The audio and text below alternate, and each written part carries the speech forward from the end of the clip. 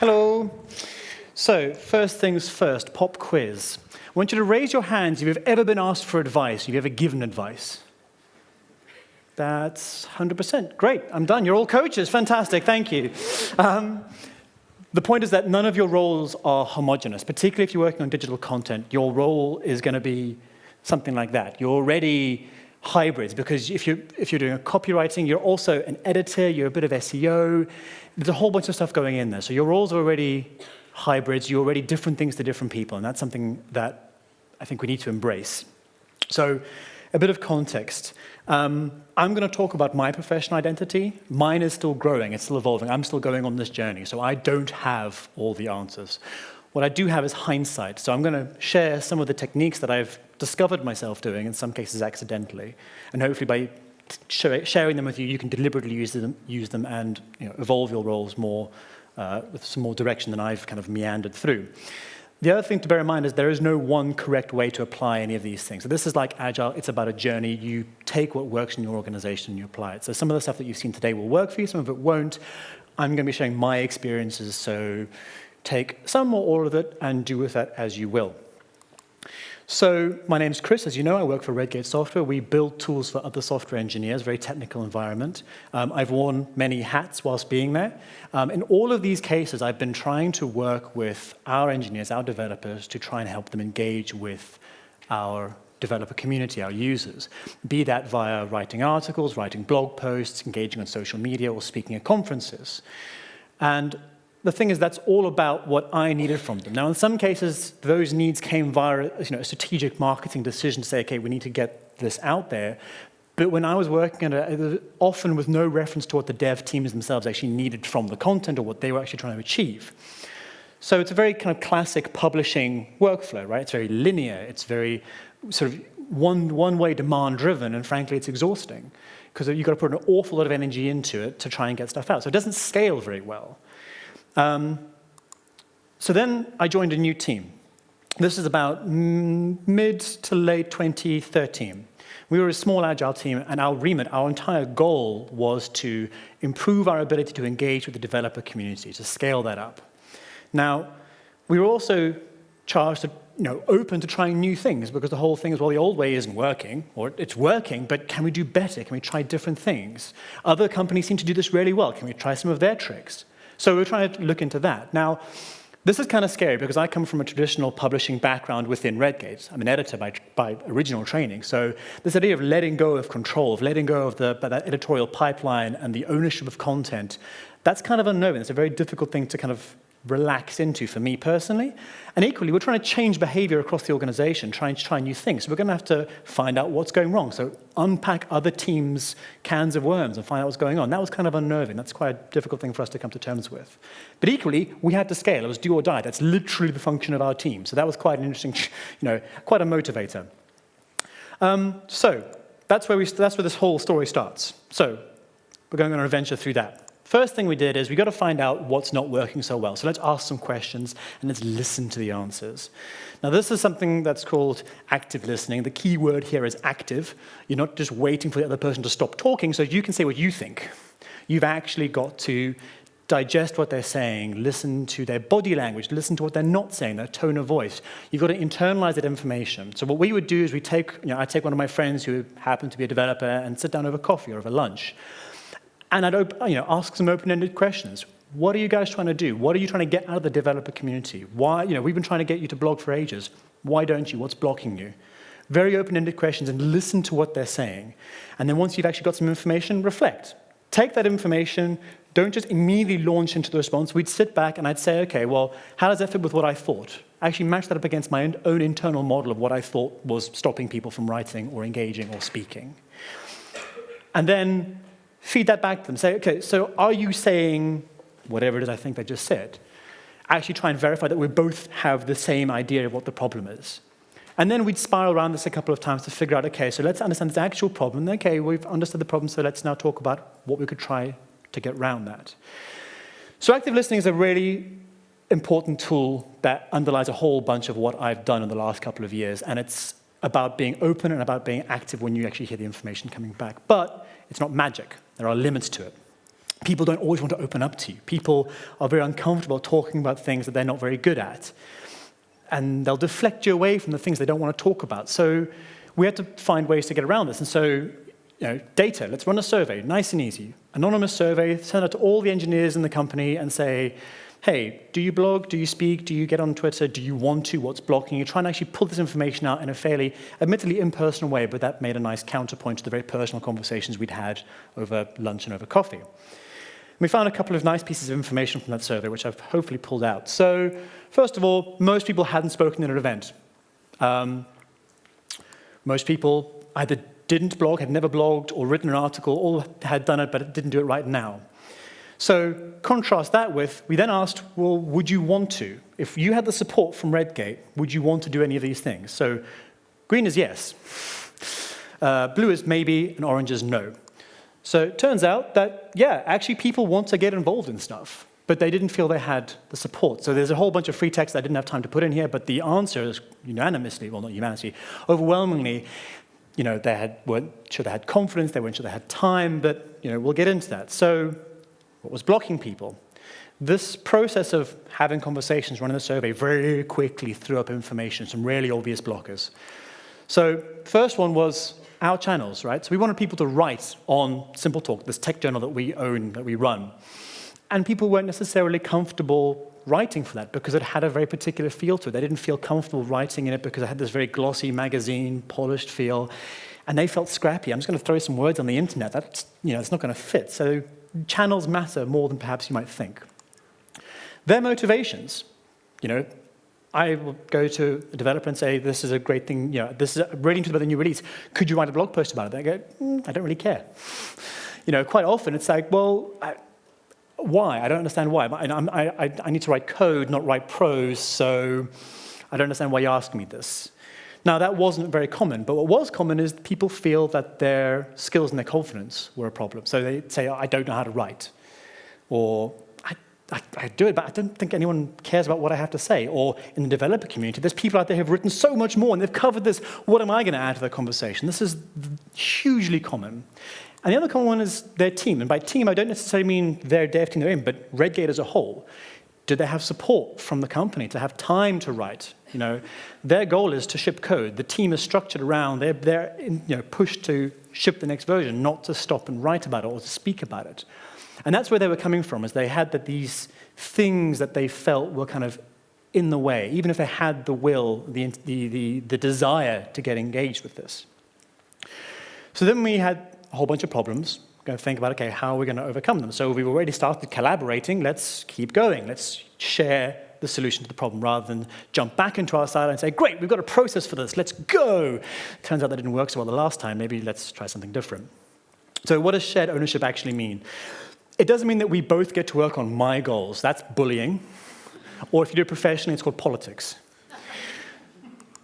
The baseline of shared ownership is shared goals. So that means maybe you reframe your goals. Go to the developer team and say, okay, well, what are you trying to get out of the community? You want people to try out your new tool and give you some feedback. Okay, well, I want you to talk about your tool on the internet. So maybe we can find some kind of common way of supporting each other through this common goal. So you have to work to find those common goals. If you can't find common goals, you've got a different problem.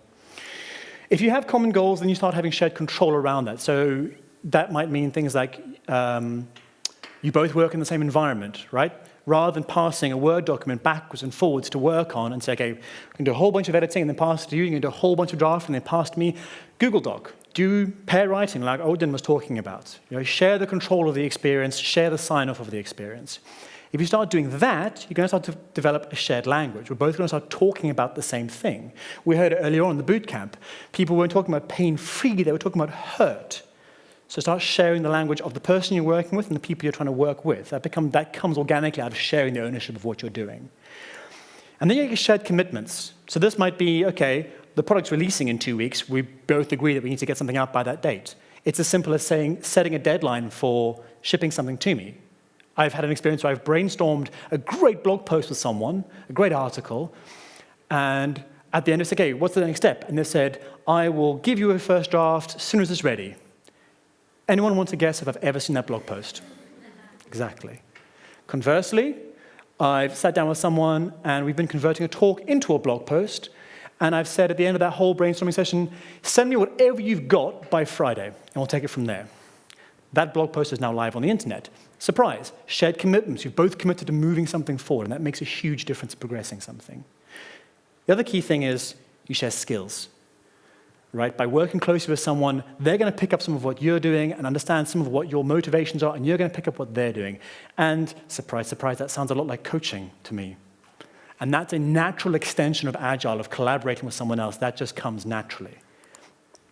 So, give you an example of this whole shared ownership thing and how it works. So, 2013, we had probably about maybe 4 or 5 people who were regularly speaking at events for Redgate, out there submitting sessions. And those guys were our evangelists. We literally paid them to do that. So, fast forward about a year, we set up various things to try and encourage people, to support them, peer mentoring group to kind of move people forward and trying to get them used and comfortable to presenting. And suddenly we had about 15 people who are out there speaking and about 30 people who wanted to speak, who were engaged in this thing called Conference Club, which we set up. Fantastic. My goal sorted. I have speakers. Brilliant. Now, the people who are speakers, they need to work with their teams and their managers to get sign-off, to get support. So, are you going to pay for my travel? Do I have to cover that? How's it going to work? So they had a problem that they'd had before, but they just talked to the manager. We're a very open company. People just talk it through. But now we had a new problem, which is, well, suddenly we've got 15 people who need this at different times of the year. So now the team leaders needed to get budget to send people. And where's that coming from? Is that coming from my budget? Is that coming from your budget? We don't have a system for this. Do they take that as annual leave? Where does this come from? There's a whole new problem that we'd never encountered before. And this came to light when someone actually wanted to go and speak at a conference. There was a whole email chain that actually brought this light instantly. So we realized that we had to go and talk to someone high up the chain, and we went and talked to the head of software engineering and tried to figure out, okay, can we get a pot of money allocated to this in the budget? How are we going to define this around learning and development? How are we going to actually figure this out to sustain this? Now, obviously, if we couldn't get this right, we can't scale, because if we can't send people out to conferences, we're dead in the water. This whole process dies. So we have to find a way out through this. So myself and my teammate, Michaela, sat down with the head of engineering, and we started asking these questions to try and figure out, okay, can we find a common goal? What was he looking for? What did he want out of sending people hypothetically out into the world? And we discovered he cared about recruitment. He wants more people to come and apply to work at Redgate as engineers, and he wants them to be good quality engineers. So actually, it turns out that if we send people out to speak at conferences and they sound intelligent, people start to think, hey, Redgate's a cool place to work and they have smart people. So his recruitment goals get supported by this.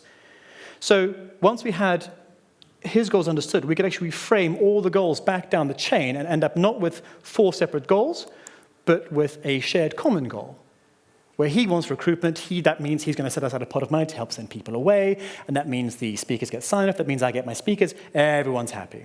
So this is how shared ownership and active listening and these kind of negotiation skills came into play. And it doesn't sound like a big hairy deal, and the conversation was actually very, very simple and very, very open, but it would have been a bit of a roadblock had it not gone forward. So we now have a bunch of people who are willing to get engaged with your content. So what do we have to do next is find out how to actually make them good at writing content. So we have this thing at Redgate that we use called situational leadership. It's a management tool. I'm not going to go into lots of detail, but fundamentally what it is a framework that guides how you can support people trying to gain skills. So it's normally for a manager with a direct report, but if you have skills, you have to pass them on to other people who don't have those skills. It works in this context as well. And it's used all across Redgate. It's ubiquitous.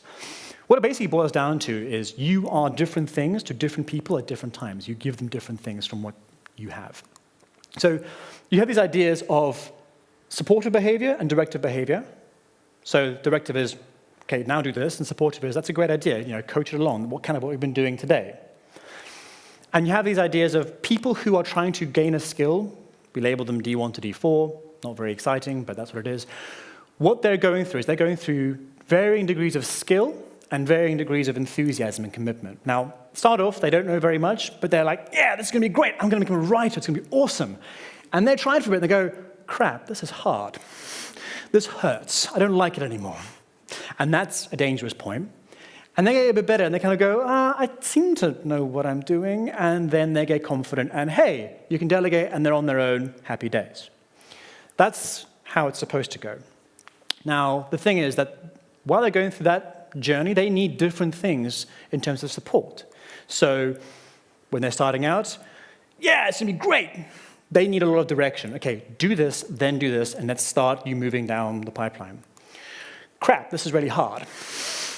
They still need lots of direction. They need you to hold their hand through that, and they need you to give them lots of support, positive reinforcement, positive feedback. Then they start to get better, and then you can take the training wheels off a little bit and step back and say, you're doing a great job. Try that again, but this time maybe do it this way. And then eventually you can delegate. It's on their own. So you're giving different people different feedback, different support at different times, which sounds an awful lot like having a hybrid role. This is the point, is that you already are doing some of this whenever you give someone advice, because no two people are going to ask you for the same advice. Now, I'm going to tell you a little story about my colleague Emma. She's a test engineer at Redgate, and she decided she wanted to get engaged with the community. So to start out, she came to me and said, I want to do this. What should I do next? First things first, get on Twitter. Let's get you set up. So we walked through, we got us set up with a profile, we talked about Twitter etiquette, we talked about how to get involved in conversations, how to follow hashtags, all of that stuff. So I was there helping her, talking her through it, sitting right next to her and actually setting it up with her and talking to her, okay, now do this, now do that. And if she got involved in the conversation that she wasn't sure how to get through, she'd come to me, we'd have a conversation, I'd say, okay, try doing this next time. And it's very, very, walking her through that.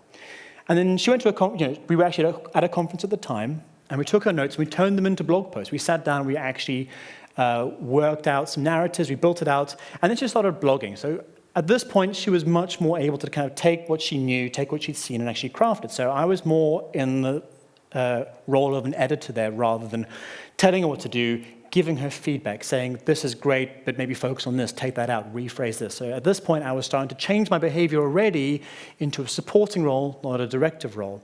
And then what happened is earlier on this month, she got invited to speak at CodeMatch, which is a fairly sizable developer conference. I had nothing to do with that. Fantastic. The great thing about this is Emma now doesn't need me anymore. She comes to me for feedback and as a sounding board, but that's someone who I now know can create content at scale for the company. I can now leave her to do her own thing and focus on doing it again with someone else. And that's the power of being a content coach for someone. So what's changed for me over this, and what would change for you if you tried to do any of this? So it's not all sunshine and rainbows. It's hard. You have to accept and adapt to things. Things are going to change if you want to try and scale like this. For example, you're going to take on new responsibilities before you let go of anything, because that's how this evolution is going to change. You're going to be taking on this mentoring, feedback, editorial role for people before you start letting go of sole responsibility for creating content. And the teams around you are going to have to adapt with that. You're going to have to work with them to help them understand that your outputs are going to change. You're not going to be there churning out copy, churning out video every single day, but you're going to be working with people on their team to help them do that. And so you've got to manage that transition cycle. And you can use these techniques to do that, but you have to be actively managing that. But in the end, what you're doing is you're helping the organization around you grow. You're helping people grow, and you're building more robust processes that don't rely on you. You stop being the bottleneck. You're still instrumental in creating it, but not everything has to go through your hands anymore. So, quickly rounding up before I finish off, the first thing that I discovered I did this, and this is something that comes fairly natural to me, but it's something that can be learned and practiced, active listening. So listen, reflect, verify, repeat. It's a cycle, right? So you do it a couple of times, you oscillate through it, and you come to a shared understanding, which, as you've seen several times today, is really essential for Agile. And then once you've got that shared understanding, you can start actually moving forward and solving problems and creating new things. Right? So finding common goals is absolutely essential to being able to do that. You've got to be both working on the same thing, because if you're both speaking the same language but going in different directions, you've gone nowhere. You haven't solved anything. And as soon as you're doing that, you're starting to share your skills, which means that you are giving people different kinds of feedback at different times. So initially, lots of direction. Unpacking your feedback, that is an incredibly essential thing. And it's actually a skill in itself. So my background as an editor, red pen is my friend. But I don't just say, nope, rewrite it. I've got to explain why you've got to rewrite it. Why should you rewrite it this way? What was wrong with it? Really unpack that. Be open and be constructive in your criticism. That is an essential part of this. The thing to bear in mind is that you are Never going to not be an expert. If you are any kind of expert at content, you're already being asked for advice. You already exist in that magic sweet spot in the middle. You're already a coach to some degree. You just need to embrace that and direct that to be able to scale.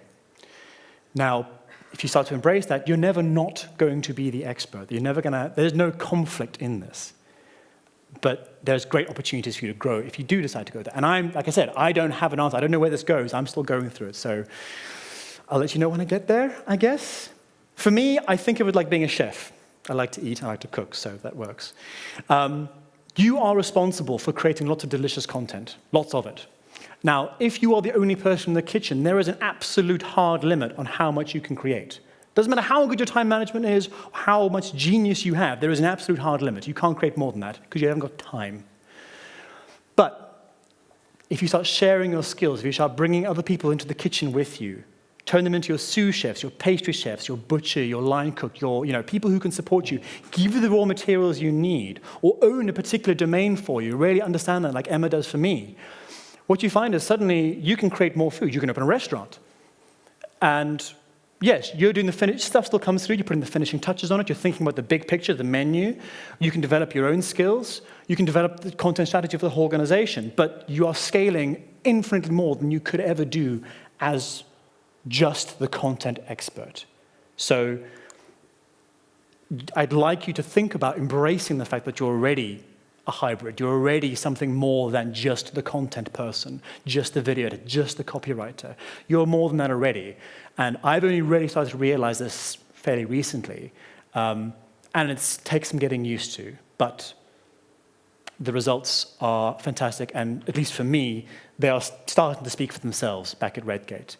So there's a bunch of additional reading on this. So if you want to learn more about active listening or situational leadership, those are some basic reading. These are absolute beginner stuff just to get started. There's the token. You've got to have your user research as a team sport. We've got our own. There we go. So that's a great place to start. I will be tweeting a link to these slides, and at some point, I'll turn them into a blog post. So by all means, follow me on Twitter. Argue with me. Ask me questions. Tell me why I'm wrong. I'll be happy to talk about it. Your move next. Thank you very much.